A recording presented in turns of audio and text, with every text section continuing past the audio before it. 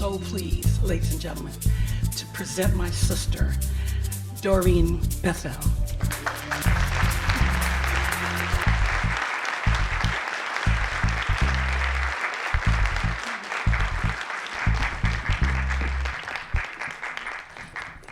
On September the 4th, 2014, I made a decision to change my life.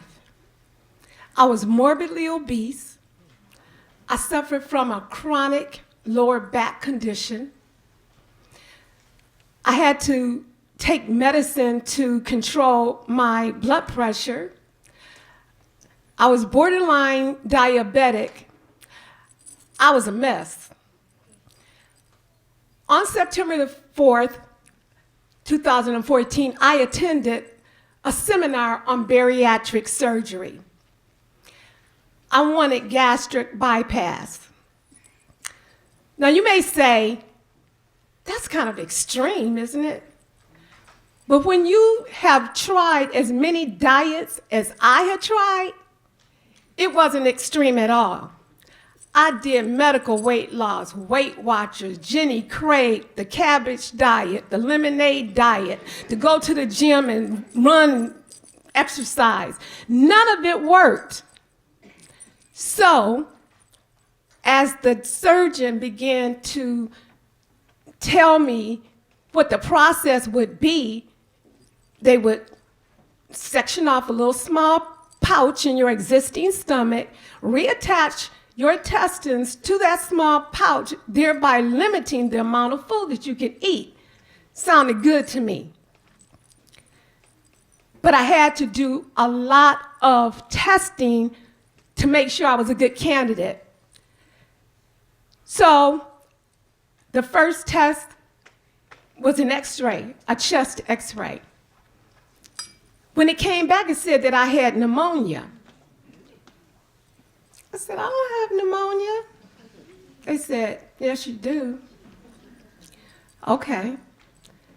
So then I was sent to have another chest x-ray and also see a pulmonologist. I had another chest x-ray, and the pulmonologist did things to me I don't even want to think about, let alone tell you guys about. And they said, you have pneumonia. So I kind of said under my breath, no, I don't. I did a number of other tests, and then it came to a psychiatric evaluation. So the psychologist asked me a number of questions, and at the end, she turned and looked at me and said, Mrs. Bethel, it appears that you're depressed. Yeah, I'm depressed. In 1985, my oldest brother was found dead in the Cook County River. In 1995, my youngest brother was found dead by my husband and my mother 3 days after he was murdered. In 2005, I lost the most important and closest person to me, my mother, to uterine ovarian cancer. 9 months later, in 2006, I lost my nephew, who was like my son. But the greatest loss I suffered was the loss of me. On March 27, 2015, that was my surgery date. I was so excited because my life was getting ready to change. And I was real apprehensive because my life was getting ready to change. My husband drove us down to the hospital. We did the whole checking in and took me to pre-op. While I was laying on the table, surgeon came in and said, "How you doing?" I was like, "I'm okay." He said, "Well, I'm gonna go get ready and I'll see you in a few minutes. And as he turned to walk away, all of a sudden, panic, fear, every other emotion you can express just was like deluged on me. And I said, wait, no, I don't want to do it. I don't want it. I can't do it. He walked back and he said, okay. He said, well, I tell you what, I'm going to go and get prepared, and they're going to keep prepping you just in case.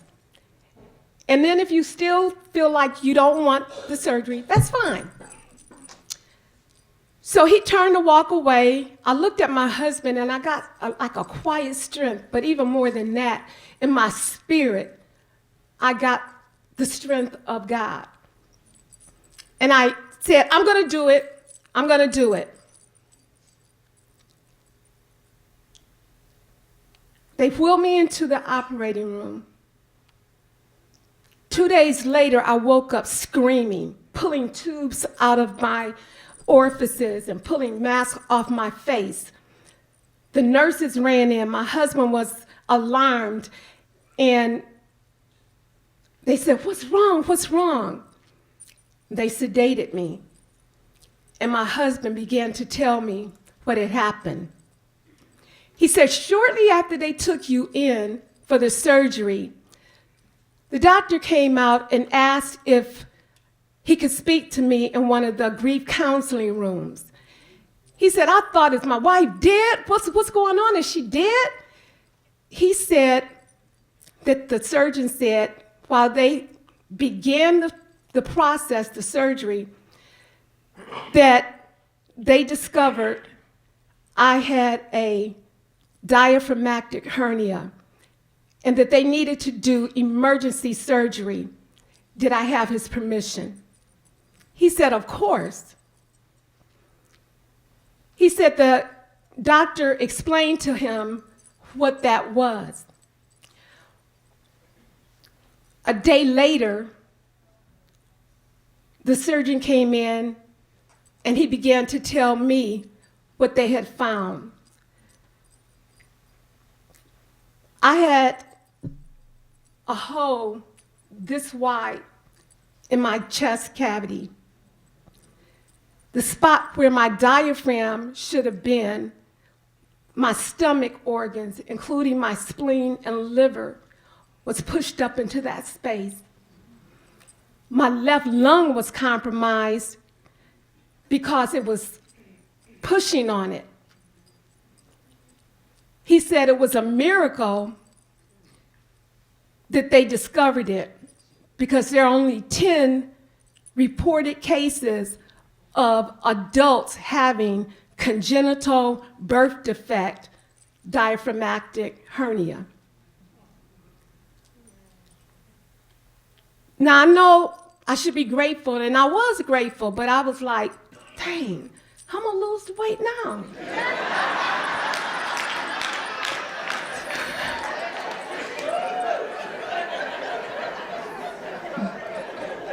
But I didn't want to just say that to the man who had saved my life, so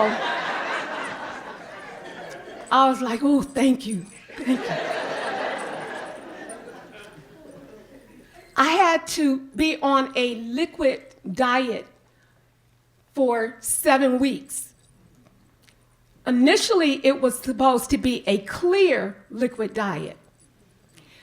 After 4 weeks, they said that I could have full liquid, but I don't like creamy things.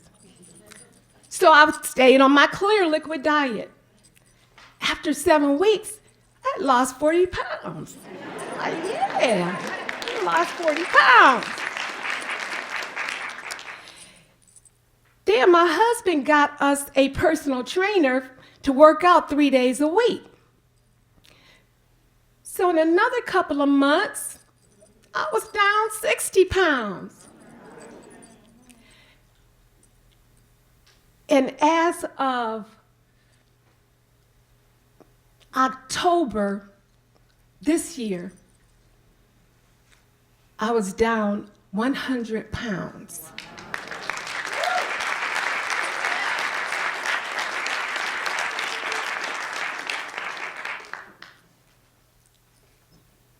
I'm so grateful for the gift God has given me. It was a miracle, but I got my life back. I found myself again. Thank you.